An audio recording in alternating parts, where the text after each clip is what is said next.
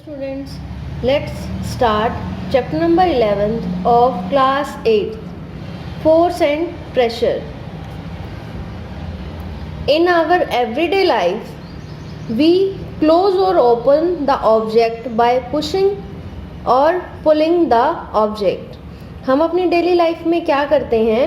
Objects को open और close करने के लिए उन्हें पुश करते हैं और पुल करते हैं. Our action result in opening, closing, moving और changing the thing.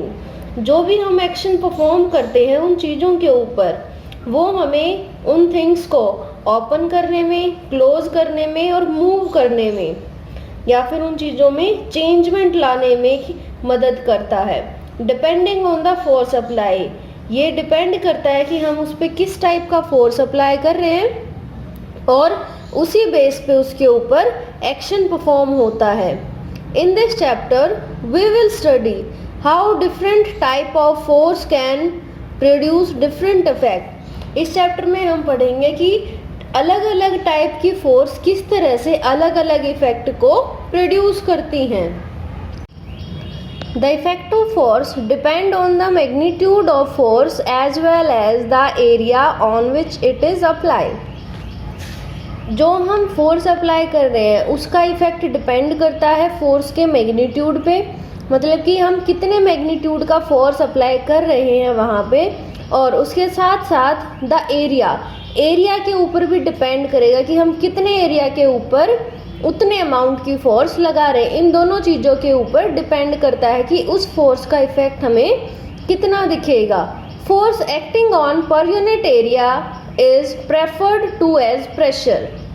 और वो फोर्स जो हम एक यूनिट एरिया के ऊपर अप्लाई करते हैं उसको हम क्या बोलते हैं? प्रेशर बोलते हैं. We will study about pressure in this chapter. इस चैप्टर में हम फोर्स के साथ साथ प्रेशर के बारे में भी डिटेल में पढ़ेंगे. फोर्स, ए पुश और ए पुल. एक फोर्स है वो एक पुश होता है या फिर उसे हम पुल बोलेंगे. We have all seen a football, cricket और a hockey match. हम सब ने एक फुटबॉल, क्रिकेट और हॉकी मैच को देखा है. Let us recapitulate what the players do to move or stop the ball in these game. हम ये याद करेंगे कि ये प्लेयर्स इन जो गेम्स हैं, फुटबॉल का प्लेयर, क्रिकेट का या फिर हॉकी का प्लेयर किस टाइप से एक मूव करती हुई बॉल को रोकता है. इन फुटबॉल मैच में the footballer kick the ball to move it. जो फुटबॉलर है वो क्या करता है? बॉल को किक करता है उसे मूव कराने के लिए. As the ball begin to slow down, जैसे ही बॉल क्या होती है? स्लो हो जाती है. Another footballer kick the moving ball to make it more faster. जो दूसरा फुटबॉलर है वो क्या करता है? उसके ऊपर फिर से एक किक मारता है ताकि वो बॉल दोबारा से फास्ट मूव करे, जल्दी जल्दी वो मूव करे, उसकी जो स्पीड है वो इंक्रीज हो जाए. When the ball is about to enter the goal, और जब भी बॉल गोल के अंदर एंटर होने वाली होती है, the goalkeeper stop the ball. जो गोलकीपर होता है वो क्या करता है? उस बॉल को रोकता है. In a game of cricket के गेम में batsman change the direction of moving ball by hitting with his bat. जो बैट्समैन हो क्या करता है? वो मूविंग बॉल की डायरेक्शन को चेंज करने के लिए बैट की हेल्प से उसकी डायरेक्शन को चेंज करता है. बैट से मूव करेगा तब उस बॉल की डायरेक्शन चेंज हो जाती है. In a game of hockey के गेम में the hockey player change the direction of moving ball bye flicking it with his stick. Hockey के गेम में क्या करता है? जो हॉकी का प्लेयर है वो अपनी स्टिक की हेल्प से मूविंग बॉल को फ्लिक करता है, उसको मारता है और उसको आगे की तरफ मूव करता है. जैसे यहाँ पे गोलकीपर दिखाया हुआ है, फुटबॉल को रोकता है, गोल होने से रोकता है. बैट्समैन क्या करता है? बॉल को हिट करता है with the help of bat और उसके डायरेक्शन को चेंज कर देता है. और जो हॉकी प्लेयर्स हैं वो भी बॉल की डायरेक्शन को चेंज करते हैं बट स्टिक की हेल्प से. जो ये हॉकी स्टिक है इसकी हेल्प से वो उसकी डायरेक्शन को चेंज करते हैं.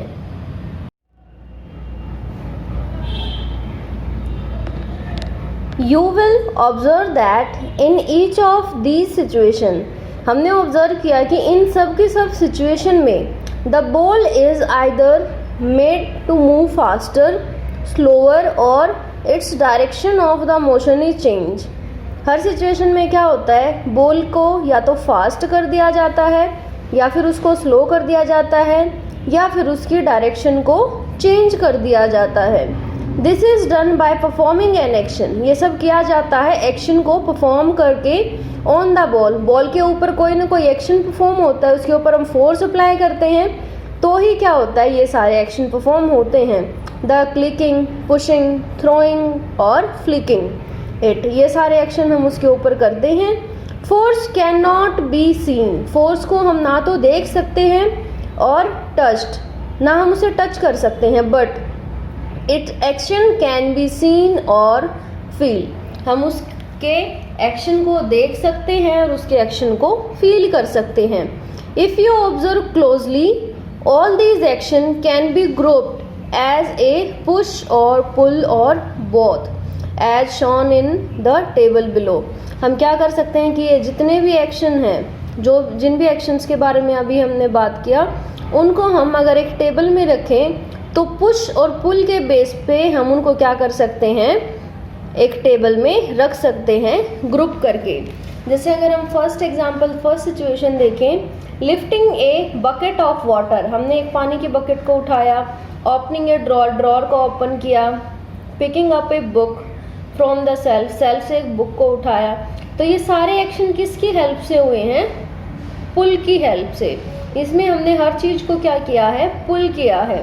Second, footballer kick the ball, batsman hit A ball, ये सारे एक्शन, इनके ऊपर हमने कौन सा एक्शन परफॉर्म किया, पुश का, उसको हमने पुश किया है तो ये एक्शन परफॉर्म हुए। थर्ड सिचुएशन, मूविंग ए टेबल, ओपनिंग और क्लोजिंग ए डोर, एक टेबल को मूव करते हैं, हम उसको इस साइड भी मूव कर सकते हैं, इस साइड भी मूव कर सकते हैं। ओपनिंग और क्लोजिंग ए डोर, एक डोर को क्लोज भी करना और ओपन भी करना। मूविंग ए लॉक्ड कार्ट, जो एक लोडेड कार्ट है, लोडेड कार्ट को मूव कराना, एक मतलब कि जो लोड हो रखा है, जिसके अंदर सामान है काफ़ी सारा, उसको मूव करना। तो इसके अंदर कौन सा एक्शन हो सकता है, पुश भी हो सकता है और पुल भी हो सकता है। ये डिपेंड करता है कि हम उसको कहाँ से, किस डायरेक्शन से उसको ऑब्जर्व कर रहे हैं। In our daily life we move the object by pushing और पुलिंग दैम, हम अपनी एवरीडे लाइफ में क्या करते हैं, ऑब्जेक्ट को पुश करते हैं और पुल करते हैं। इसके अंदर थर्ड सिचुएशन है, मूविंग ए टेबल, ओपनिंग और closing a door, moving A loaded cart. हम एक टेबल को मूव करते हैं, टेबल को हम यहाँ भी मूव कर सकते हैं, इस साइड भी मूव कर सकते हैं, डायरेक्शन कोई भी हो सकती है। एक डोर को ओपन या क्लोज करना या फिर एक लोडेड कार्ट को मूव कराना, इसमें हमारा कौन से एक्शन परफॉर्म होगा, पुश और पुल, दोनों ही पॉसिबल हैं यहाँ पे। In everyday life we move the object by pushing और पुलिंग दैम, हम अपनी डेली लाइफ में ऑब्जेक्ट को मूव करते हैं बाय पुशिंग और by pulling them. The amount of force exerted is called the magnitude of force, हम जितनी अमाउंट ऑफ फोर्स उसके ऊपर अप्लाई कर रहे हैं उसको हम क्या बोलते हैं, मैग्नीट्यूड ऑफ फोर्स। मतलब कि अमाउंट ऑफ फोर्स ही क्या होता है, मैग्नीट्यूड ऑफ फोर्स होता है। The direction in which the object move is called the direction of the force, वो डायरेक्शन जिसमें हम क्या करते हैं, किसी भी ऑब्जेक्ट को मूव करते हैं, वो हमारी क्या है, डायरेक्शन ऑफ फोर्स है। मतलब कि जहाँ भी, जिस डायरेक्शन में हमारा ऑब्जेक्ट मूव होगा, सेम उसी डायरेक्शन में हमारी फोर्स भी होगी। Force always has a magnitude, force के पास क्या होता है, हमेशा एक मैग्नीट्यूड होता है एंड ए डायरेक्शन, और डायरेक्शन भी होती है। मैग्नीट्यूड और डायरेक्शन फोर्स के पास दोनों ही प्रेजेंट होती हैं हमेशा। For example when we lift a bucket, example के लिए कि जब भी हम एक बकेट को उठाते हैं, वी लिफ्ट इट अपवर्ड, तो हमने क्या किया, उसको ऊपर की साइड उठाया। When we kick a ball, जब हम एक बॉल को किक करते हैं तो हम उसको आगे की तरफ धकेलेंगे। We push it in a particular direction, तो हमने क्या किया, उसको एक पर्टिकुलर डायरेक्शन में पुश किया है, तो उसकी डायरेक्शन भी है और मैग्नीट्यूड भी है। Magnitude means the amount of force exerted. Magnitude का एक सिंपल सा मतलब क्या है, अमाउंट ऑफ फोर्स एक्सर्टेड, जितनी हमने उसके ऊपर फोर्स लगाई है, जितनी फोर्स अप्लाई की है वो क्या है, मैग्नीट्यूड है। एंड द डायरेक्शन, और डायरेक्शन का मतलब क्या है, means the direction in which the force is exerted. जिस डायरेक्शन में हम फोर्स लगा रहे हैं वो क्या है, direction of the force. Next topic हमारा, force is due to an interaction. Interaction के कारण फोर्स कैसे होती है। If a car is stationary, अगर एक कार कैसी है, स्टेशनरी है, खड़ी है। Can a person move it, क्या कोई पर्सन उसे मूव कर सकता है। If he just stand behind it, वो सिर्फ उसके पीछे खड़ा है, जैसे ये है, ये कार है और ये पर्सन इसके पीछे खड़ा है, तो क्या ये कार मूव हो जाएगी, वो सिर्फ खड़ा है, वो इसके ऊपर फोर्स नहीं लगा रहा। No, it is not possible, ये बिल्कुल भी पॉसिबल नहीं है। He needs to exert some force to push the car in order to move it. Person को क्या करना पड़ेगा, फोर्स लगाना पड़ेगा। अगर उसे इस कार को मूव करना है तो उसके ऊपर फोर्स लगाना पड़ेगा, और जब वो फोर्स लगाएगा उसके ऊपर तो कार मूव हो सकती है। The car will move in the direction of the force exerted. जो कार है, फिर उसके बाद अगर पर्सन फोर्स लगा रहा है तो कार किस डायरेक्शन में मूव होगी, इस डायरेक्शन में मूव होगी। मतलब कि जो पर्सन है वो फोर्स भी कहाँ लगा रहा है, इसी डायरेक्शन में। जिस डायरेक्शन में ऑब्जेक्ट मूव करेगा उसी डायरेक्शन में फोर्स भी लगेगी। मतलब कि ऑब्जेक्ट के मूविंग की डायरेक्शन और फोर्स की डायरेक्शन हमेशा सेम होगी। When both the object are capable of applying force, अभी जो हमने एग्जाम्पल किया उसमें सिर्फ एक ही ऑब्जेक्ट ऐसा था जो कि फोर्स को अप्लाई कर सकता था। बट इन केस जो हमारे दोनों ही ऑब्जेक्ट है, दोनों ही फोर्स अप्लाई कर सकते हो, तो क्या होगा, then we see action like pushing और pulling each other.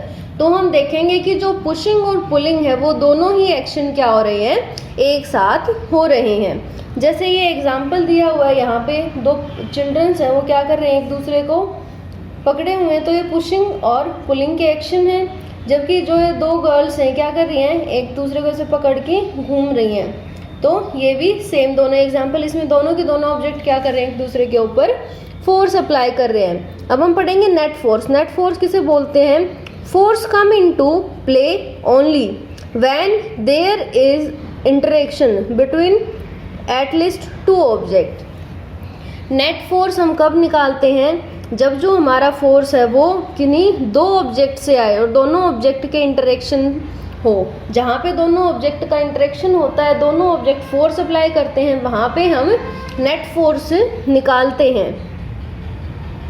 If more than one force is exerted on an object during an interaction, the effect on the object will due to the net force acting on it.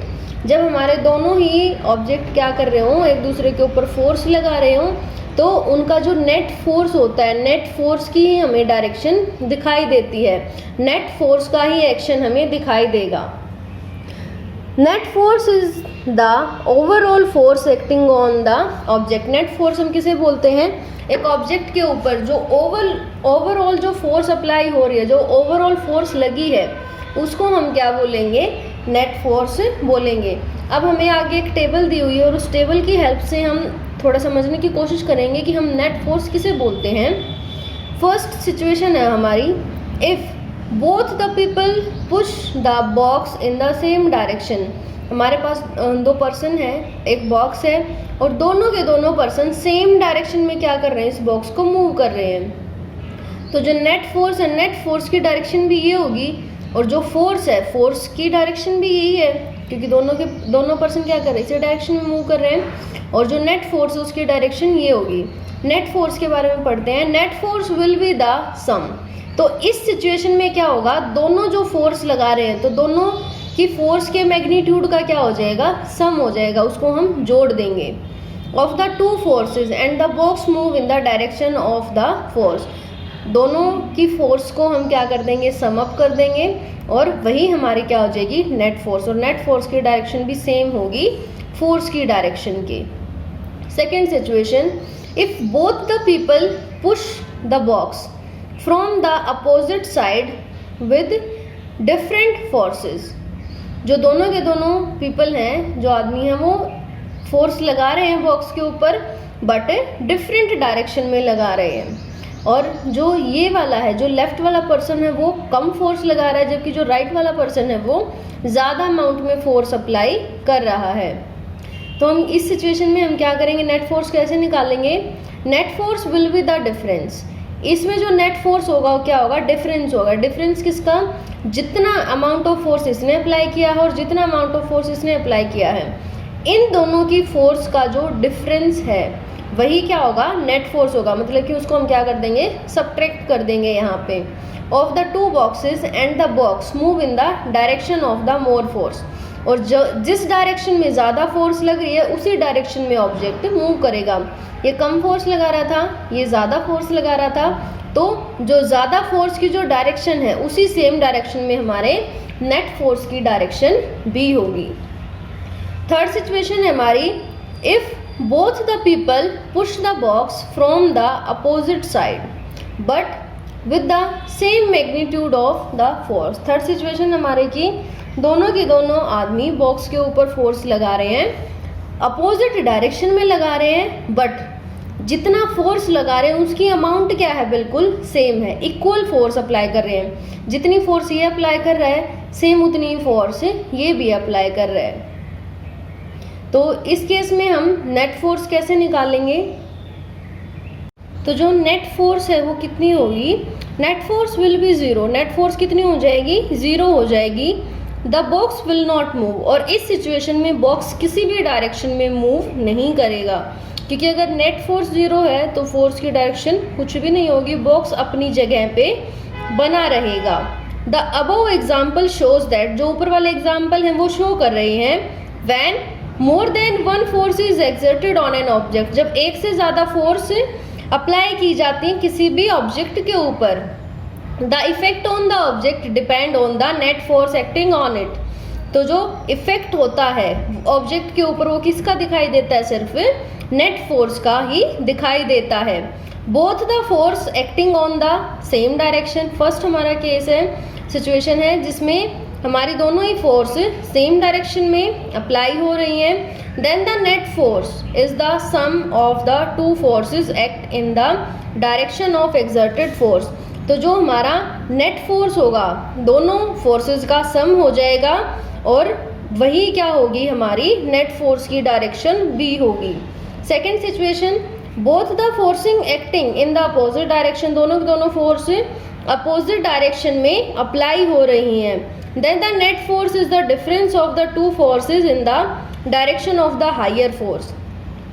तो जो हमारी net force है वो क्या होगी? उन दोनों forces का डिफरेंस होगा, और नेट फोर्स की डायरेक्शन क्या होगी? जो हमारी हायर फोर्स है, हायर फोर्स की डायरेक्शन ही क्या होगी? नेट फोर्स की डायरेक्शन भी होगी।